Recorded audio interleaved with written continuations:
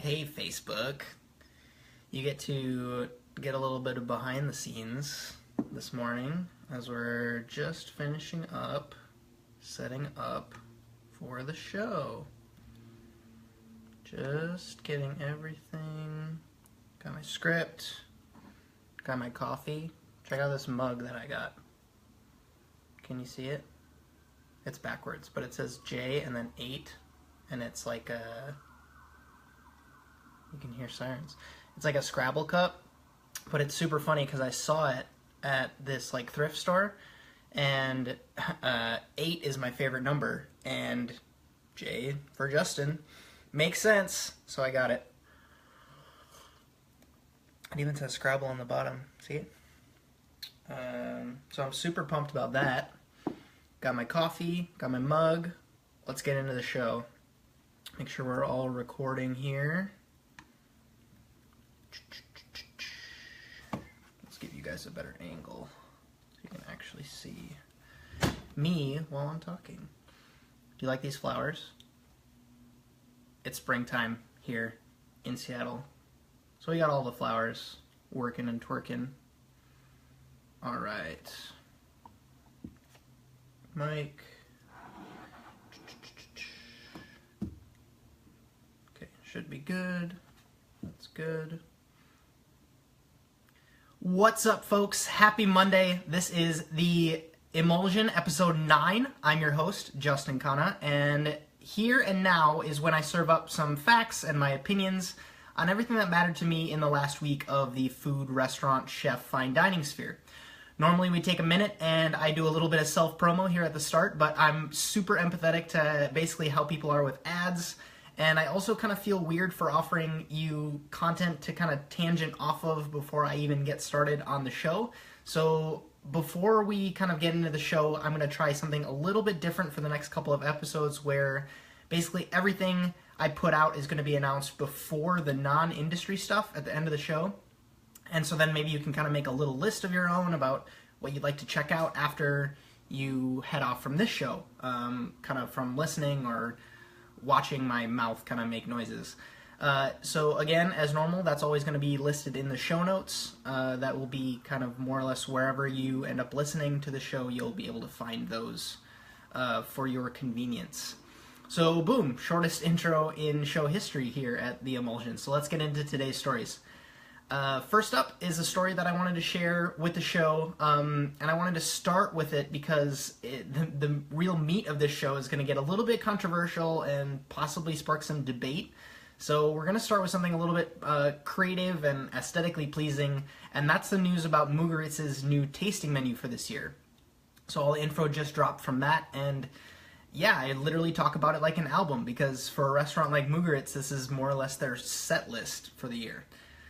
If you don't know anything about Mugaritz, it's a restaurant near San Sebastian in Spain. That's basically their story is they're closed for 4 months of the year.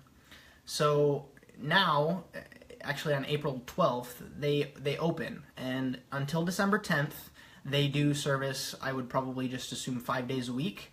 And basically for those 4 months that they're closed out of the year, between December and April, they do R&D, so they just basically come up with the upcoming year's menu, and they put a lot of thought into it. They have a big team that comes around and like creates all these dishes, and my sources state that they've come up with over 40 new dishes for this year, and this is more or less normal. I recall that they normally have between it used to be 60 dishes that they do, which was a little crazy ambitious. I'm not entirely sure all of those were that creative.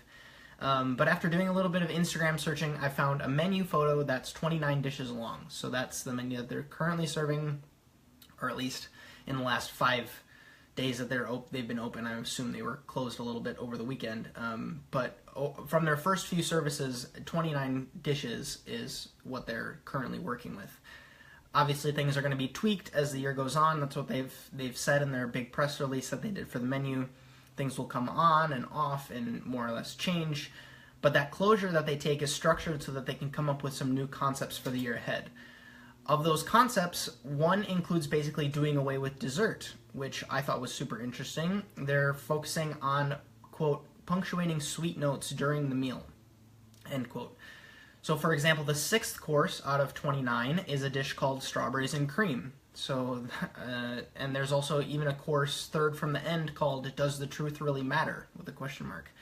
So obviously they're getting super conceptual with some of this stuff. The 6th course on a 29 course, serving strawberries and cream is not something that I would do, but I'm sure that they found a way to kind of like accentuate and make sure that it makes sense in the context of the entire meal.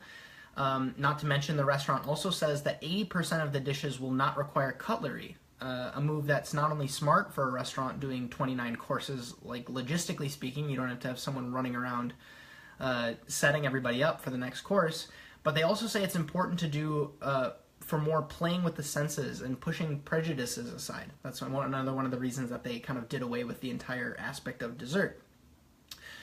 For me, it's interesting, and one of those reasons I wanted to talk about it, because it's something that like my friends and I would literally in culinary school, or even like a little bit after that, we would get psyched up and message each other menus like when news dropped like this, when we'd be like, yo, did you see the new Mugaritz stuff? And I feel like this kind of creative excitement doesn't really happen anymore. I didn't have a single friend that shared that post on Facebook, or even like people that would retweet about it on Twitter, or you know, it's hard because it's a different landscape now. So we've definitely become overstimulated with creative food, and this is one of the questions I'd like to pass on to you guys. So go ahead and leave your thoughts in the comments, but is there a restaurant or a chef that releases a new dish or a new menu and you get excited about it, like you're literally compelled to share? Or is part of the problem the fact that a photo doesn't really do it justice? Like Mugaritz basically released 4 like Photoshop professionally done dishes from the new menu. And that's kind of like where this entire article came from. Obviously, there's more to be seen if you go ahead and just search the hashtag Mugaritz on Instagram. That's basically where I found some of my information for this story. The internet being the way that it is. But, I mean, going back to like photos not doing it justice, maybe we can just talk about the fact that Jay Rayner, the story that we talked about last week when he tore apart Les Cinq, the photos that the restaurant promotes itself with are really not what you get when you go to eat there. It's kind of displayed by the way that Jay posted photos from his iPhone, given the lighting was terrible and, you know, maybe the dish sat for a few minutes, but it's hard to kind of justify that. Do you have any experience? Like, do you think you have to experience it to get hyped about it? Do you have to have a friend of yours that goes and has a good experience and then you can get excited about something like this?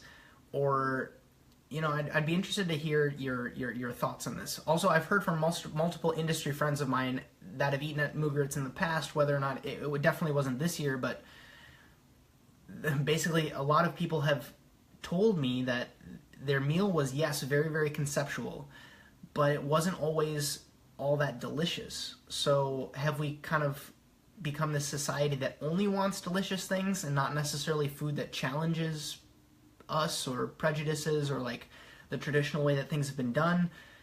Have you eaten there? Like, I'd love to know your thoughts.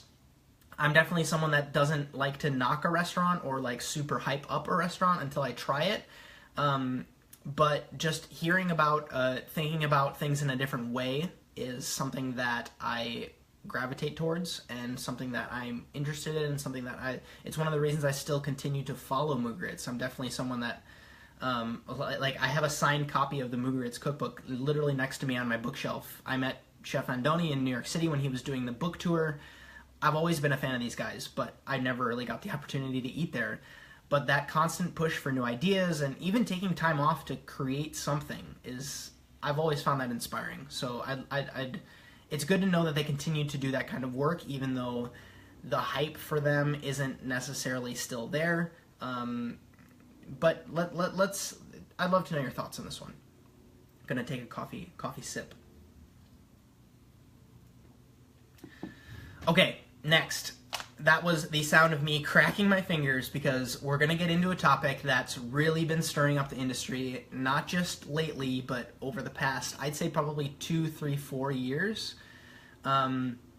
You've seen articles about it, you talk about it over a beer with your peers, but no one's managed to kind of solve what a lot of people are calling this quote-unquote problem, and that has to do with kitchen labor.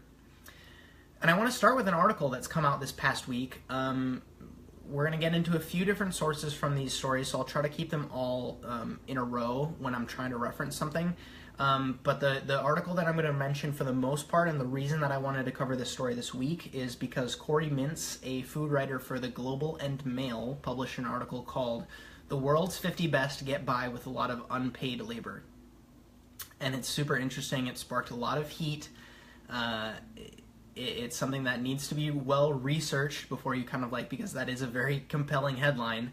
And basically in it, he talks about the moral implications that come along with asking a young cook to work for free. So let's start with that, in addition to other things. So we're going to start with that. And I think it's important to discuss both sides of this story as far as I guess you could technically say there's three sides. There's the cook, and then there's the chef, or the person that is in charge of taking on this labor.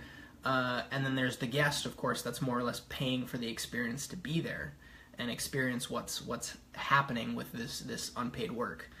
So if any of you are writing, or if any of you are watching live or listening later, go ahead and leave a comment regarding any of this, and we can elaborate more on it next week, because it's definitely not something that can be covered in a single episode or a single podcast or even a single article.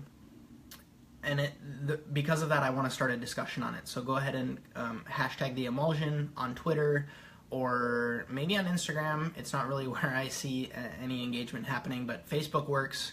Go ahead and send me a message there, or just leave a comment down below this live stream, and we'll cover it next week, because it's something that I want to continue to talk about going forward.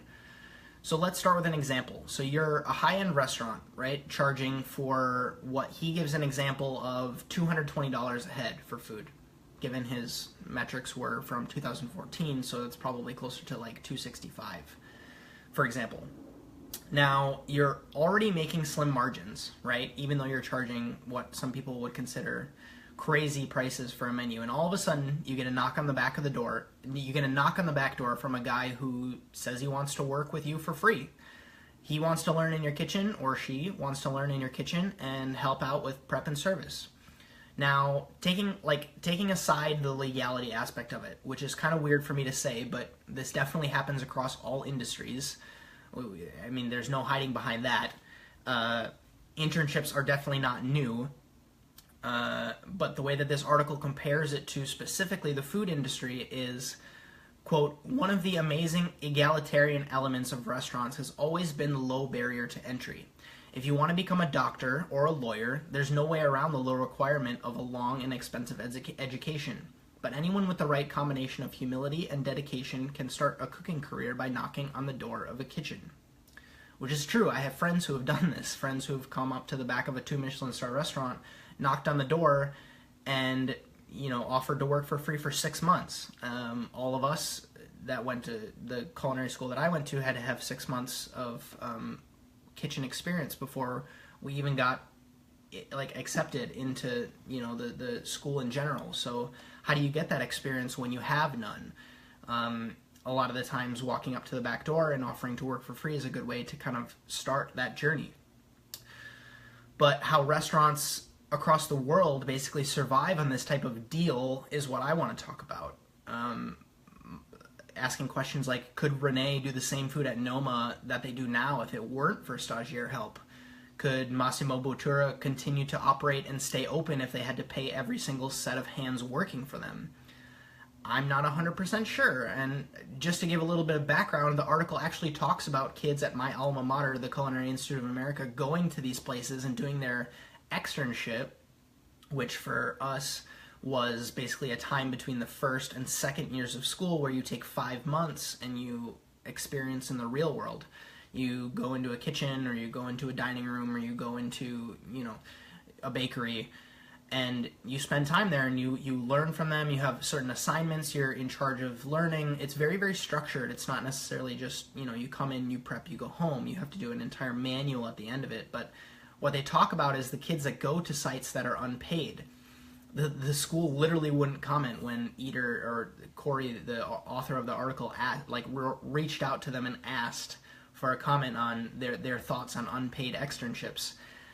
And I think that's funny because I remember this from when I did my externship at Per Se. They persuaded me to go to a paid site because I'm fairly certain they can get in trouble for having kids go to restaurants and work for 5 months that don't pay them, especially like when you're doing the hours that I was working 12 or 13 hours a day for free. And of course they can't be expected to endorse that. Of course my experience at Per Se wasn't that easy. I'd pick 2,000 plus microgreens a day. I'd crack and take out the membranes of 5 flats. That's like 150 eggs. I'd clean 10 bunches of parsley. I'd do liters after liters of brunoise, strain stocks, all of it. And the connections that I made, like looking back at it, like taking aside the work aspect of it, the connections that I made at that restaurant, and more than that, the observation that I did carried me to later success later on. And I think that's something that isn't talked about enough in this article, and why I want to talk about it personally on the show, because I can come at it from a different, like Corey literally references in his article that he's done some cooking in the past, and he did a stage at a Japanese restaurant and a French restaurant, both which he considers invaluable to his career. But me being someone who has been so in it, I want to like restructure the conversation in a different way and focus more on, yes, it's happening, how can it be done better? So going back to it, yes, the deal is, quote, I'll work for free, just teach me. That's, what we're saying basically to these restaurants. But the other facet that's not taken into consideration is the people aspect of it. So does the sous chef or the chef de partie, basically the person who is in charge for these stagiaires, have enough time or even care enough to teach these people anything of value? Or as a stagiaire, are you just considered an extra set of hands to do mise en place or clean up? I've had it where at the restaurant in Norway, we'd have a stagiaire and it'd be crazy slow at the restaurant, and we wouldn't have any prep for them to do, and it'd just be like, well, they're here, so make them clean. Flipping the coin, does that stagiaire have enough drive and initiative to ask questions and get involved and put their best work forward to really get anything out of the experience at the end of the time? Or is it just 3 months at a world's 50 best restaurant to put on their resume, only that's the payoff in the end? And I get it. Like there are places, there are cities in the world where if you are able to come back to that city, having had a stint at a restaurant of super, super high caliber, you are way more likely to get offers of dinner requests, of investor attention, of other cooks wanting to work for you. I see the benefit, and I'm very empathetic to it, and I see it. But what I'm concerned with is the takeaways that cooks have from these places. I was very fortunate enough to have my staging early on be considered part of my education, and my parents definitely helped me financially a lot to do that traveling early on in my career, because I wanted to learn as much as possible at restaurants all over the world. I didn't want to feel limited to New York City. I went to Le Bernardin, I went to Alinea, I went to Noma, I went everywhere there was to go in that time period. And it's one of the reasons why I feel even remotely qualified to talk about this story, because it's not just the fact that he's talking about unpaid labor, but he's talking about it in these world 50 best, like super high caliber Michelin-starred places. Corey flips the article about halfway through and talks about restaurant performance at this level. So he flips it from the stage to the restaurant. So you have the same number of kitchen staff as you do guests, basically. And it's easy to do outrageously prepared, intricately plated food because you just throw people at the problems and at the job. Will it ever go away? I'm not sure, again, because the cost of entry is so small, and if you're ready and willing, especially in this job market with restaurants, it's super easy to get in. So if you're a cook and you're young and you're able to do this kind of like traveling and work and experience these kinds of places, I 100% suggest you do it, because it is one of the easiest and most sustainable ways to travel for a while. I mean, I say sustainable as someone who is like physically capable of pulling 12 and 14-hour days. If you're not, it's definitely not something I would advise for you to do.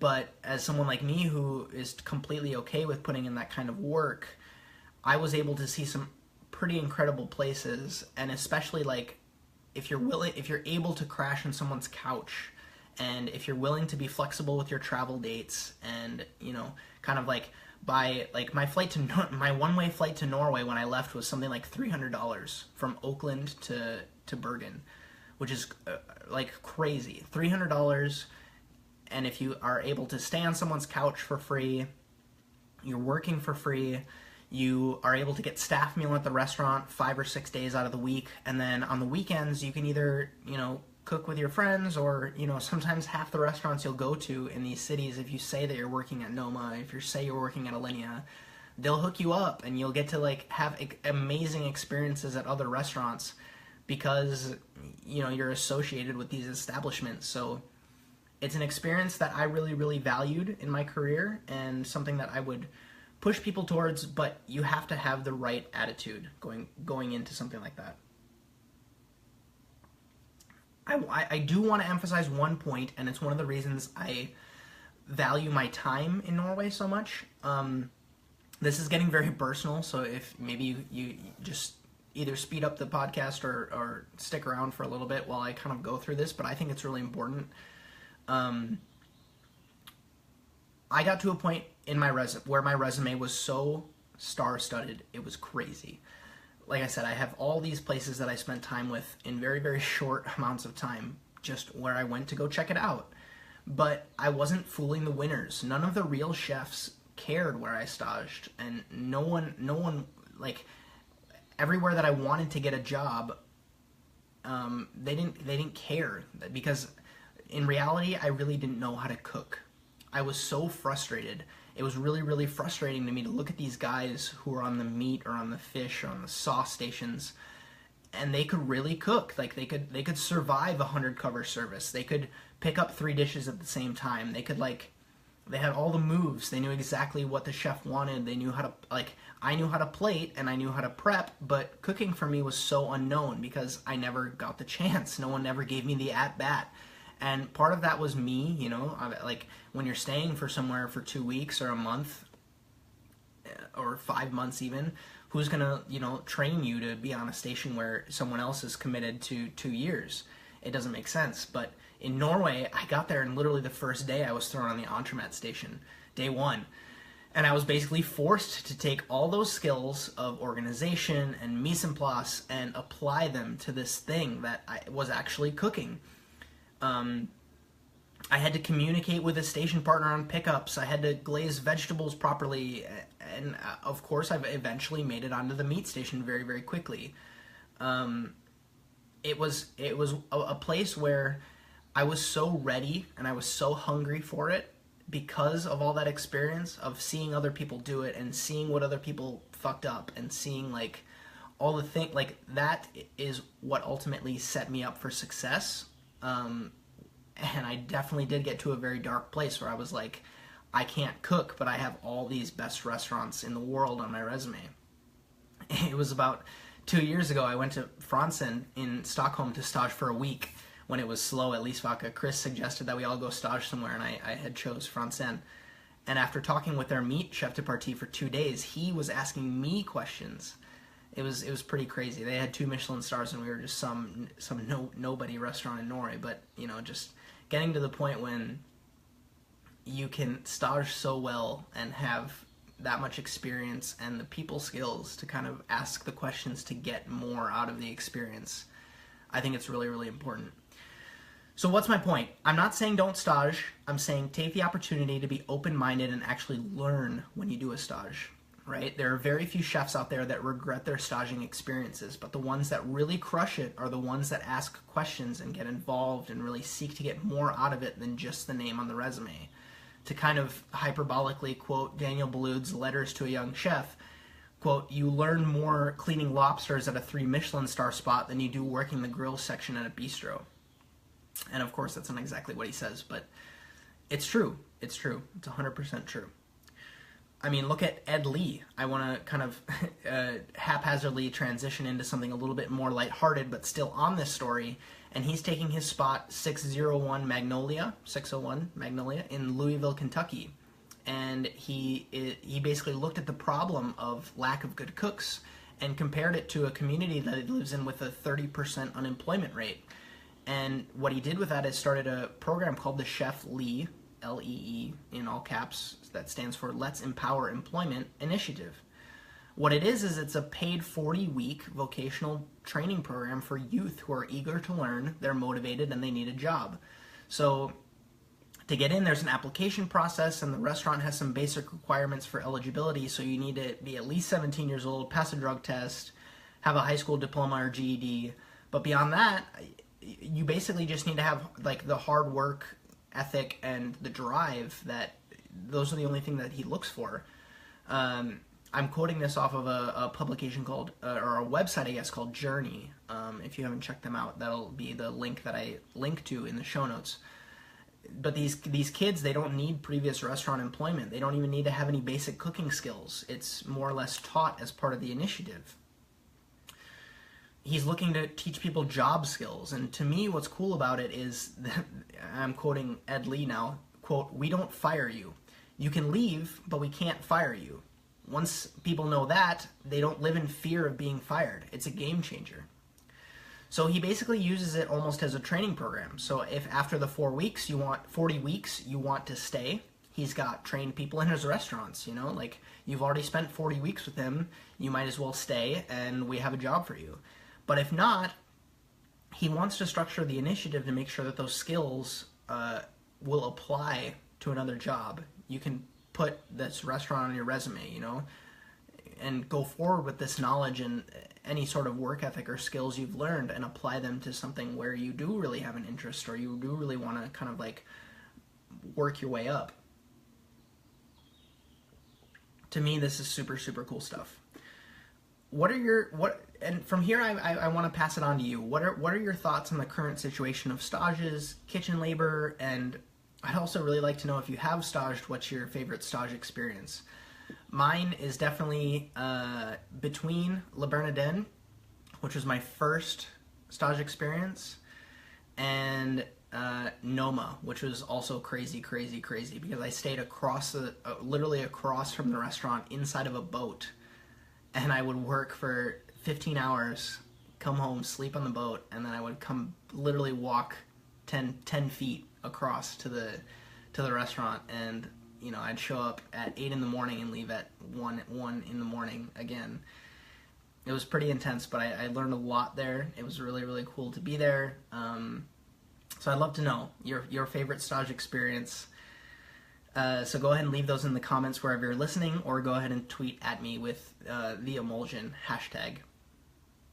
Next up, I want to talk about a new concept from the guys over at Local, Daniel Patterson and Roy Choi's spot, that they set up in challenging neighborhoods to provide not only delicious, quality, affordable fast food, but also bring jobs to the area. And they basically announced their $1 cup of coffee is now going to branch out and stand alone in a shop called Yes Please, YES space PLZ. They're going to start these in low-income places that need them the most, quote-unquote, and then expand them to more affluent areas. So how do they do it? How are they able to survive on a $1 cup of coffee? And Local thickens the slim profit margins for cheap coffee by combining clever sourcing, a single coffee blend, a tidy menu of just 4 options, fast food volumes, ideally, and a riff on the old trick of turning old hot coffee into new cold coffee, producing very little waste. So that's the idea there. There's a bunch more information at the tail end of the article. It's basically relating to the cost of these fancy coffee places, including the idea that coffee has more aromatic compounds in it than wine does. So the idea of a $10 cup isn't that outrageous. Made this article super interesting for me. It's listed in the show notes below. Go ahead and check that out. Alright, right before we get into the non-industry stuff, which is actually 3 different things this week, I need to do a little quick plug for myself. We are not sponsored here on the Emulsion, so I get to say whatever I want. And the first thing I want to say is, have you checked out my website yet? JustinKhanna.com. It's up and fully running, functional. I worked out some kinks, but it's got all the info on my dinner projects, especially if you're in Seattle. Definitely sign up for that email list, as well as it's basically given me the opportunity to host this podcast on iTunes. So if you're listening on iTunes, go ahead and tweet at me with #TheEmulsion, so I know how many of you are currently enjoying that. I also dropped a little throwback episode of DOD, Dish of the Day, when I was back in Norway, where I make a super fun pumpkin and spelt dish. That's also listed in the show notes, so go ahead and give that a watch. The first non-industry thing I want to share is new music from Linkin Park dropped this week.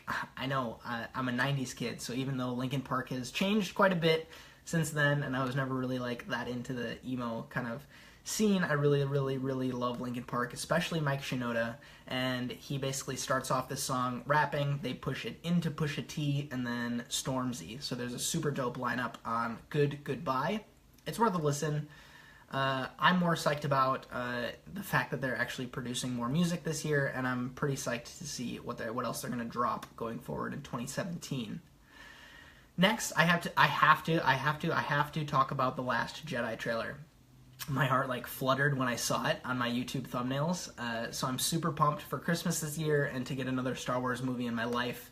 They've really been killing it, pumping out those movies from Rogue One last year. It's crazy. They're really doing a great job. So I'm excited about that movie. It looks a little bit dark, which is cool. Like, Luke isn't all optimistic Luke. I'm sure you've seen the trailer if you're a fan, but it's listed in the show notes because I had to talk about it because it was one of the things that made my week this last week. And last up is a movie that I actually sat down and rented this week, which is super rare for me to do, and that's Lion, the movie Lion. If you haven't seen it, it's about a kid in India that falls asleep on a train and gets taken 1,600 kilometers from home and basically loses his family. He gets adopted by an Australian one, and when it's basically his story of finding his way back home.